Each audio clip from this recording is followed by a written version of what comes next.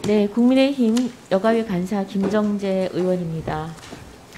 먼저 오늘 여성가족부와 산하기관에 대한 국정감사에 단 한 명의 증인 참고인도 채택에 합의하지 못한 것에 대해서 부끄럽고 간사로서 심히 유감을 표합니다.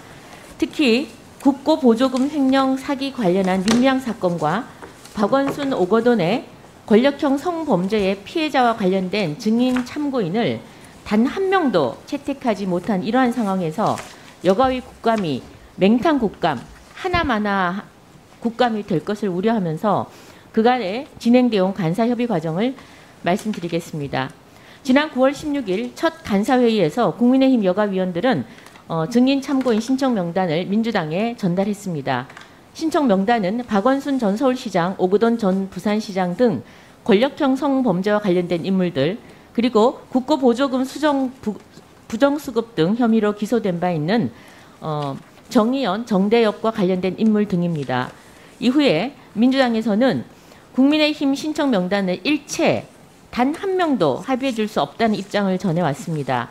국정감사가 진행되는 동안에도 몇 차례 통화를 하면서 합의를 시도했지만 계속해서 거절당했습니다. 민주당이 계속해서 단 한 명의 증인이나 참고인을 합의해 줄 수 없다고 전해옴에 따라 국민의힘은 이미경 한국성폭력상담소장과 고미경 한국여성의전화 대표를 추가로 참고인으로 신청했습니다.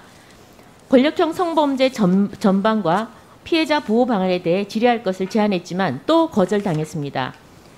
이에 국민의힘 여가위원들은 10월 20일 민주당의 입장 변화를 촉구하는 입장문을 발표했고, 민주당 측에서는 추가 신청한 두 분 대신에 한경희 정의연 사무총장을 참고인으로 합의하자고 전해왔습니다. 국민의힘은 계속해서 참고인 추가 합의를 요구했고, 이미경 소장 측에서도 강력한 출석 의사를 직접 민주당 측에 전달함에 따라서 10월 21일 민주당은 한경희 사무총장과 이미경 소장 두 분을 참고인으로 출석시켰다고 합의했습니다. 그런데 상상하지 못한 일이 벌어졌습니다. 바로 하루 뒤인 10월 22일 민주당은 갑자기 이미경 소장의 참고인 채택 합의를 철회하겠다고 전해왔습니다. 그 이유는 정말 가관입니다. 국정감사에 차질이 생긴다. 당 지도부한테 혼이 났다. 정상적인 진행이 어렵다는 것이었습니다. 이후로 민주당 입장은 변하지 않았고, 국민의힘은 10월 25일 한 번 더 민주당 입장 변화를 촉구하는 입장문을 발표했으나 지금까지도 민주당은 여전히 같은 입장을 고수하고 있습니다. 여기까지가 여야 간사가 협의해온 내용입니다. 결국 불행하게도 현재까지 합의된 증인 참고인은 단 한 명도 없습니다. 정말 부끄럽습니다. 저를 비롯한 국민의힘 여가위원들은 민주당의 이러한 태도를 정말 이해할 수 없습니다.